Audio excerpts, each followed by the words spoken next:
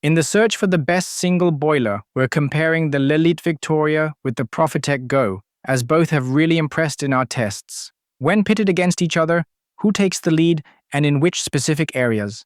That's exactly what this video is all about.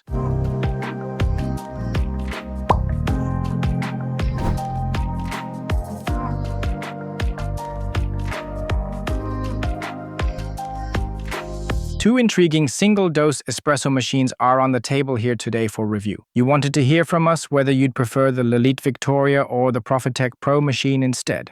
Both cost almost the same, have very similar dimensions, and yet each has its own nuances in performance that might appeal more to one person or the other. Which one is right for you? That's what we're going to discuss today, Michelle. But before we dive in, real quick, single boiler? What is it, and how does it compare to a heat exchanger? You've simply got a boiler inside the machine. This boiler has a capacity of 0.3 and 0.4 liters in this case, and it's there to brew your coffee. However, this also means that if you want to froth milk, you'll first need to heat up this single boiler and then wait for it to cool down again afterward, which takes time. So, generally speaking, I would definitely place a single boiler in your home, specifically in a spot where you'd say it's truly all about that absolute espresso focus and nothing else at all, period, end of story. Yes, you prefer to drink espresso, and a cappuccino or other milk-based drink like a flat white or a latte macchiato is more of an exception, because it always involves a bit of waiting time and effort in that sense. To properly handle and manage the entire process of heating up and then cooling the machine down again. And in fact, the question always remains, is the temperature of the espresso consistent afterward, and does it actually reach the point where making the espresso is enjoyable beforehand? Otherwise, Michelle, as I said earlier, the machines are quite similar. Price-wise, Taller. The height is truly fascinating. height to the precise centimeter. Yes, I think you can really stack them up neatly or just place them side by side. You really see it perfectly fitting right now, and both of them are quite slim and narrow. Yeah, I was genuinely surprised that both machines fit so perfectly onto our extension board. I was still thinking I'd have to cut something down. And then we have a bit more weight with the Profitec. If you really want to dive deep into each individual device, then be sure to watch the separate videos. There's one for the Victoria and one for the Go, and there you'll have all the data again very precisely. When we then go to the water tank, you'll notice a slight variation in the price range. It's also not so... They cost the same. Yeah, it's already a bit cheaper. So I can get a Victoria for under 800. Yeah, exactly. Just listening to it now. Somehow now the water tank has scratched a bit against the sharp metal edge, wherever that might be located. It's a bit of a shame here. Gripping is tricky because there's no proper handle, but it doesn't come out too hard, so I just grab the water tank and pull it out quite easily like this, no problem. Yes. So actually, all this plastic feels a bit cheaper. In how it feels, even the pouring edges, or I don't know what you'd call them, but these edges, these rough spots here are much more pronounced, while the whole thing on the Profitec Go appears far cleaner and more refined in its overall finish. And then, of course, you've got this hose tangle here. There's one for the water inlet, and then also a backflush hose that returns the water to the system. You insert both. The other has a clean valve below. So I would also say at this point it's clearly a strong and valid point in favor of the Go. Yes. I find it a bit Easy. very simple. I think it's thin, it's relatively sharp, I'd say, but it's easy to grip and handle quite comfortably and securely. And this is really just a bent sheet of metal. It fits perfectly on there and it looks quite nice too, but it's almost a bit too simple for my personal taste. That could have been done a bit more elegantly. Michelle, we've already discussed the pricing in general, but let's get into the specifics now. What's the machine cost in Switzerland and its price in the EU? So for the Profitec Go in the EU region, it's around 900 euros, like 880, 890, depending on where you find it. In Switzerland, it's around 1,000 francs, 950, 990. For the Victoria in the EU region, it's around 780, 790 euros. In Switzerland, the price is somewhere around 850, 890 francs. Yes, if we're focusing on the materiality aspect here, it's now in black. And black always makes the material a bit more robust, I'd say. It gives it a slightly more premium feel. It also doesn't feel as tinny then.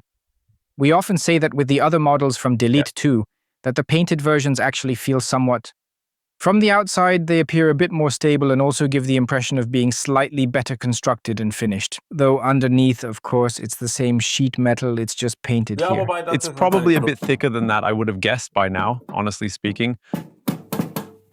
Likely just the varnish, Michelle. Okay, let's leave it at the varnish. Since we're on the subject, if something's dripping into the drip tray below, Then I know exactly which one to take. 900 milliliters. 900 milliliters to 600, even 500. So that's hardly worth calling a drip tray. You might as well just refer to it as a slightly larger saucer, honestly speaking. Yeah, especially because there's so much space in here, thanks to the wide rim and the fact it's not very deep at all. 400 milliliters is pretty remarkable, actually quite surprising. And honestly, it's really impressive when you think about it. It's just longer, it's deeper, and that's what makes the crucial difference here. So, our drip tray winner today. Who would have thought there'd be categories like this? The winner of the drip tray is the Lelit Victoria. Yes, definitely. By the way, it's really nice here too, I have to say. I like it, though I usually don't find this brown rubber appealing. Yeah. But it's strategically placed in many practical spots, which is why the machine doesn't rattle all that much. And here as well, when the drip tray is in place, it's really secure. We don't have any rattling moments, whereas you do notice a bit more rattling with the Go. So that would definitely be a straightforward improvement for your machine. Here we also have an additional mesh structure which consists of these finer, more delicate slats for better stability. This ensures that the water drains off better, flows away more efficiently, whereas with the Go we have a bit more of a water level. It stays on top here. Cleaning with a cloth between the covers is significantly more important here than it is there. Here, the whole thing will drip off much faster again. Absolutely, definitely. If I now want to throw in a small remark, when you take a closer look at the adjustment wheel, even though it's a bit flimsy, this adjustment wheel of the steam valve here, it's still worth noting and plays a role in the process. Then that's already the top rating. I think, look, that's actually quite fascinating and definitely worth taking a closer look. Truly captivating in its own way. I wish for the front part and the back part. Because truthfully, component placement, it's just not that visually appealing to me at all. So, I find the spouts on the Profitec machines, you probably know this, they taper off slightly, especially at the back, and you can easily temp on the bottom of the portafilter. And here they just went with the cheaper option. They're not quite as nicely finished or polished, and this is much better in comparison. Exactly, here we have the original Lelit. With the spout at the front, which allows the espresso to flow forward, which is actually always nice because it flows in your direction. Also, they're quite close together, so that's actually a really nice feature. Here we have a relatively simple, inexpensive plastic. You can clearly see it as well. So it really is. Here once more, these sharper edges are just something you can frequently notice with plastic or polymer that hasn't been processed as carefully or finely. And this is the standard FIMA E61 portafilter handle. It feels good, it's okay. That's why, depending on how we want the combination, I'd say in the portafilter comparison, it's a draw. A draw. So, but 1-0 for me in inserting portafilter.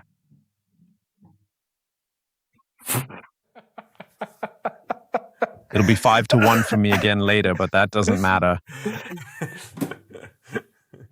Man, you're a manometer fan, right? Yeah. Nice gauges like fine watches there too. Number not really, right? Why now of all times? What's the actual reason behind it exactly? Because they make false statements. That's why I have a problem with it.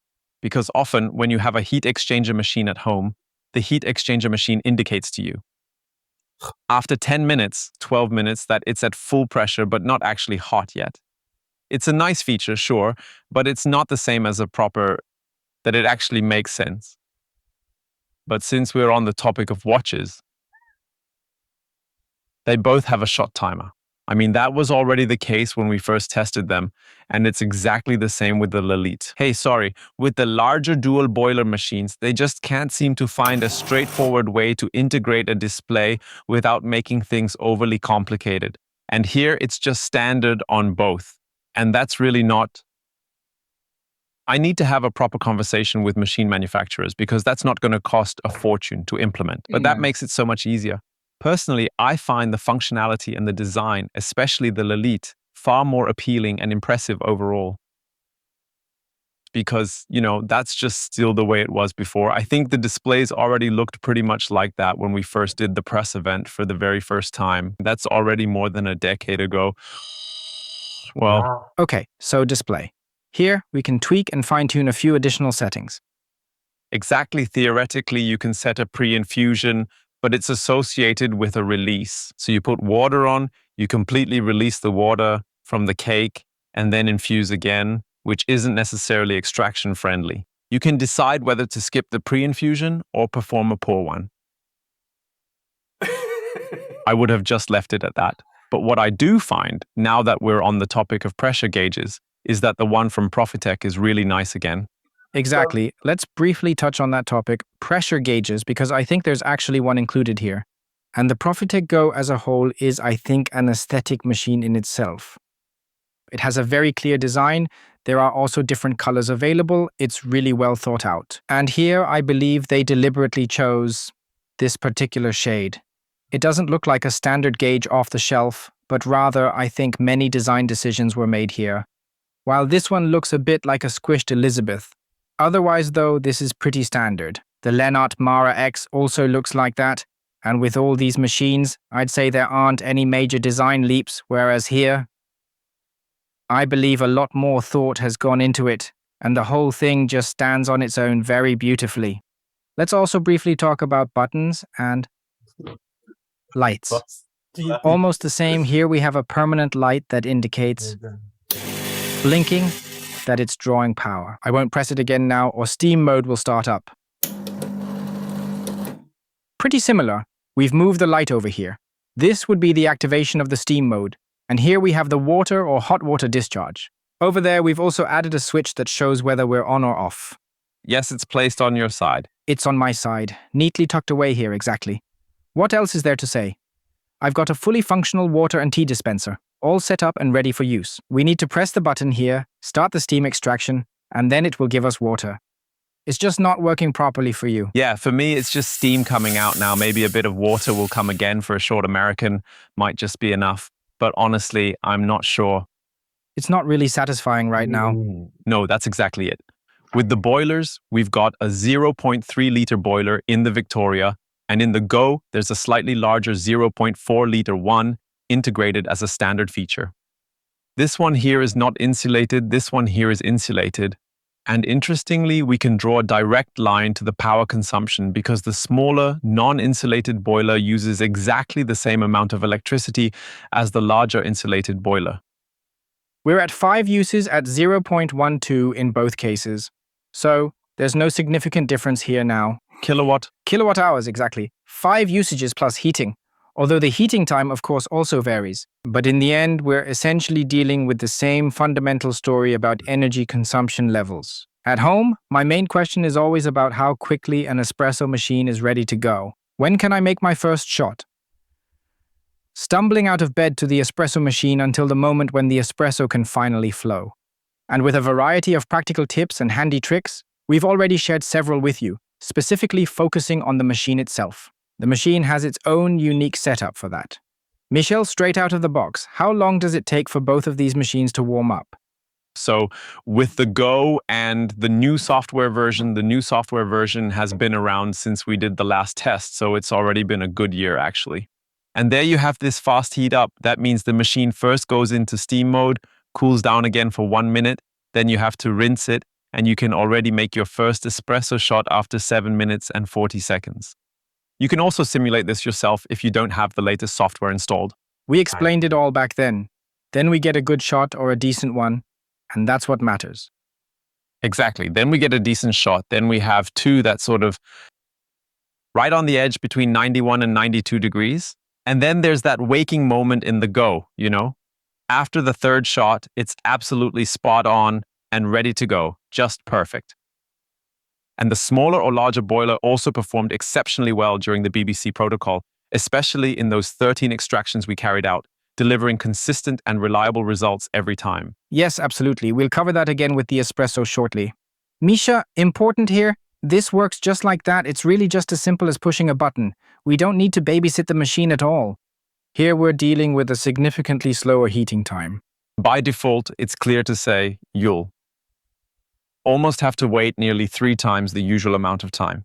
So with the Lily for Elizabeth, you need to turn it on and simply wait patiently. You'll need a full 22 minutes before you can begin brewing. Definitely. Then, however, it's also very consistent. Then it's consistently reliable. So the references are structured in a way that you can pretty much trust and rely on them without hesitation. Yes, absolutely. And then we have our dear Thomas. And he thought to himself, what a Profitec Go can do, I can do manually just as well. And then he gave it a try. Exactly. With one key obstacle, you can't turn on the steam switch on the machine, on the Lily, until the boiler has fully reached the proper coffee brewing temperature required. You need to turn on the espresso boiler, wait until it reaches 93 degrees, which takes around 4 minutes, and then you can switch on the steam boiler. And then you heat it up, overheat it slightly, and that's how you manage to cut the time down to around 12 minutes. The full protocol is also available in the extended video or in Benjamin's blog post. And that's how you can streamline the entire process and nail the first shot perfectly. But then you'll probably end up going way too low on the second and third attempts every single time. Now we're dealing with a pretty tight accompanying process here, since nothing has been programmed in advance. That means we'll have to fire up the boiler as soon as we're able to, which is once it's fully heated up and ready to go ahead with it. And then afterward, we also need to do the rinse flush. Here too, we have to babysit it a bit, especially after these 6 minutes. So maybe you can step away early, go to the bathroom, or whatever, depending on how long this process takes afterward. But this process here takes 6 minutes. And then the display shows me that I need to do a flush. Component placement, and you'll have to do it because this flush indication will disappear at some point, and then you just don't need to flush for 20 seconds, but only 15 or just 20? Yeah, that's it, exactly. So if you want to figure out where you're at, you've got to perform the flash within that specific time frame. And if not, you'll just have to wait until the machine naturally cools down on its own. That's why it makes sense to start the machine, set a timer, and after 6 minutes, when the alarm goes off, you can quickly rinse it out then. Do you have a timer? Yes, symbolically. Michel, that's actually the warm-up time, and I'd say both machines should be warm by now. Yes, they've been on for a bit. And then we'd like to grab a quick espresso drink. So let's go ahead and get it done then.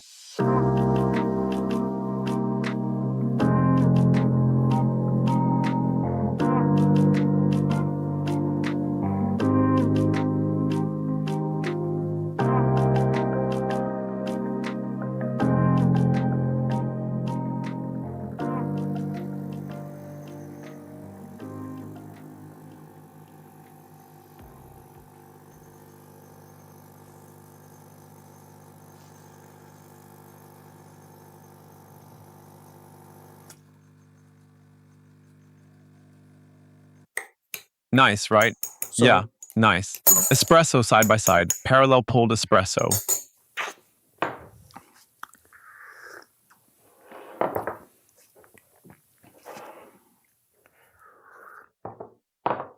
So both machines produce excellent espresso. Absolutely no question about it. Am I now? That would be great for me either way. So I'd have fun with both if I had them at home like that. For me here, I think it's super creamy and I find it a bit more on the acidic side, which is something I actually really like. It's just nice. So the moment captures both good espressos. And that aligns with what we've experienced with the machines, as we've already mentioned. The temperature curves, they were basically there. Both are well heated now, though we can say there is a slight difference between the two machines. Because in the WBC protocol, this one here is really very good. It's remarkable.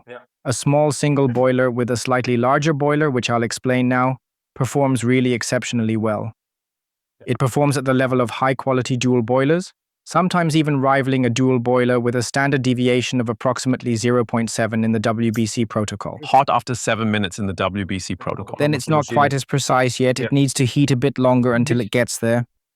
Also in this consistency, because according to the protocol, even after 8 minutes or 7.5 minutes, it hasn't quite reached the desired point yet.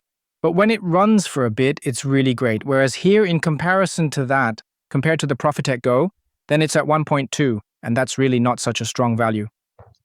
A single-digit value. Let's say I own a wine bar. You have a wine bar. Nice thought. You practically have a wine bar. I know that. I've seen your cellar. All right, I've got a full-on culinary wine bar. Not my basement. All right. You've been my guest far too much. I think it's too rare, but let's chat a bit more about your wine bar. And in this wine bar, I would serve exclusively espresso and nothing else. That way, I could operate at a much higher tempo, which isn't something you'd usually expect in a wine bar atmosphere. Frequency works. Amazing. But even that I could do with the espresso, Yes, espresso, yes. and it could satisfy everyone. In this case, with the upscaling, which probably wouldn't happen in my wine bar, there would naturally be a point where it drops off entirely. Yes, absolutely. It's possible with both. It's definitely possible with both, and the wine bar works for both. But here we can really say we could make espresso. So we can actually make espresso, even in places where a single group machine still works. It doesn't go down in the WBC protocol yet. And that, of course, is really great. And I think that's really impressive. I mean, you have to summarize it briefly. We have machines that are well under €1,000, and they provide you with reliable performance. Under €1,000. Yes, but define clearly. For me, I find it clear. I just mean, now we have here machines that truly deliver espresso with an exceptional price-performance ratio, making them absolutely worth the investment, in my honest opinion. And today we can buy grinders for under €400. Without a doubt, these are machines that deliver solid and consistent particle distribution, ensuring reliable performance every time. And good espresso. That would mean for me personally at home, I can achieve it for around €1,250, let's say. A top-notch one. Setting. A top-notch setting that's perfect for brewing really good coffee. Yeah, especially espresso. I'm really strict about it to the point where I say if I have a cappuccino in between, I don't get an espresso, because then it bothers me. We need to check that again real quick. We just have to compare the steam again and so on. With this setting, I can easily brew some delicious coffee, and honestly, that's just awesome, isn't it? That's definitely a statement. For both machines, it's a statement, I think so too. Of course, it's also a lot of money, but we're still maintaining a solid consistency here, in fact, a very good consistency. With espresso, there aren't really many wishes left unfulfilled, except perhaps to say, well, a good pre-infusion, or maybe down the line some pressure profiling Michelle. Just briefly on the Profitec Go. Interestingly, we already covered this in our big test, and we mentioned it back then as well. We again had the tendency today for one side to fill up more. We'll just have to take another look at that. Is it somehow related to the portafilter, the spout, that it directs more in one direction? But that's the original. But the table's level today. The table is straight, and yet we still had a fuller cup. Nice. Yeah, well, I genuinely believe that, truly. Do you want to make cappuccino? We have to make cappuccino. Make cappuccino now. Didn't you mentally prepare for it at all? Number, I didn't even get milk. Do you feel like making some cappuccino? Yes, of course, heat it up. Wrong button. Yes, okay. So I'm taking the lead here now. I'm all set and ready to move forward. You're there. It's already 1:39 on the clock now. Still blinking here. I think it's 140. It's at 140 here. Yes. 139? I'm just not exactly sure where I am right now. I only know it's still blinking. It's obviously not there yet. And with you? It's not there yet. How about you? What do you mean you could or what? No. I do.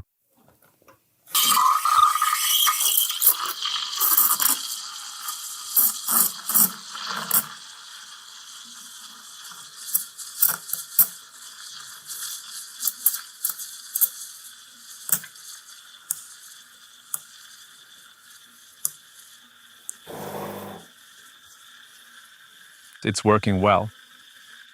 Enough pressure, almost hot. Yeah, it's really nice.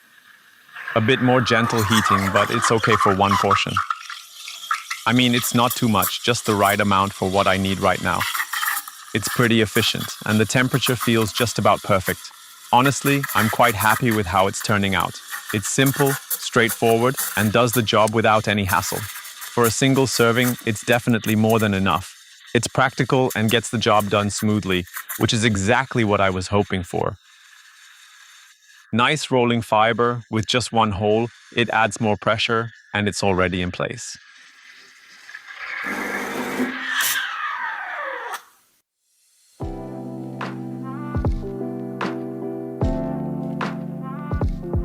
ZDF 20.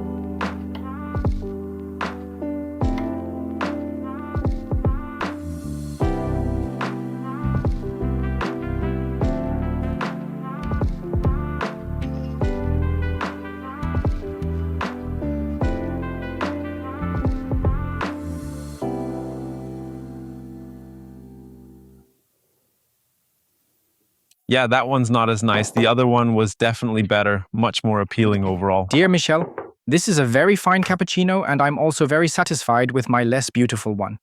I think you've truly earned this beautiful 7 tulip pattern today. And I think both machines have earned it too, because they both performed really well. So, there's this wait time. Exactly. There's a longer waiting time here and a bit less heating up time. I'd say it's almost typical for Lelit, though that doesn't apply to the Bianca. And I don't think it does for the Elizabeth either. But so, the Mara X has sufficient pressure, yet it heats up slowly. And here I also have enough pressure, but the heating process is slow as well. Here I definitely have more oomph and power behind it, and here it registers on a single hole. And I assume that's a 2-hole nozzle. Yes. And you can tell there's a bit more oomph here, and it was somehow a bit more intense or powerful. In a minute. That's 90 seconds, and here it's 1 minute.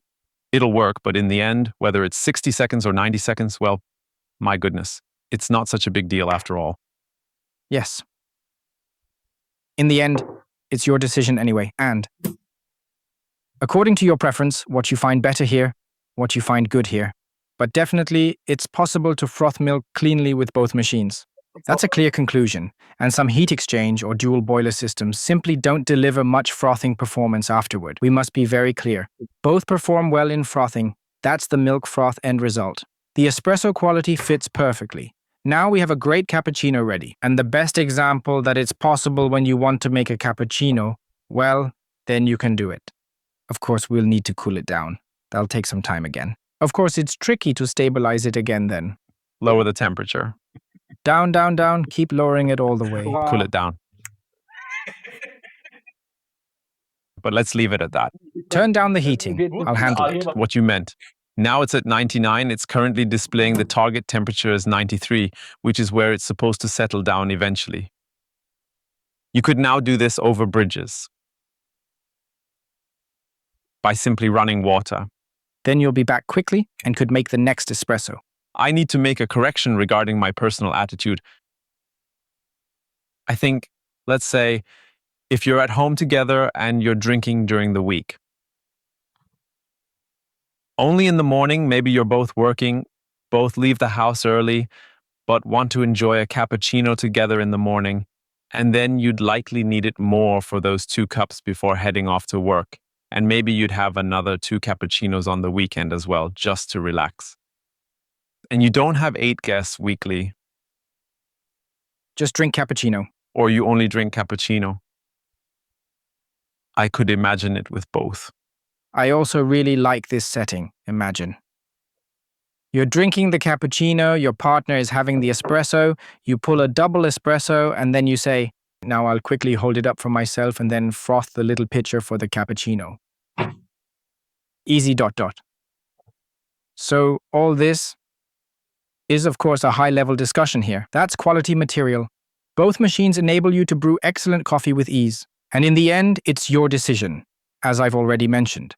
If we now place them side by side again, I also think it's good that you can adjust the pump pressure externally here at the top.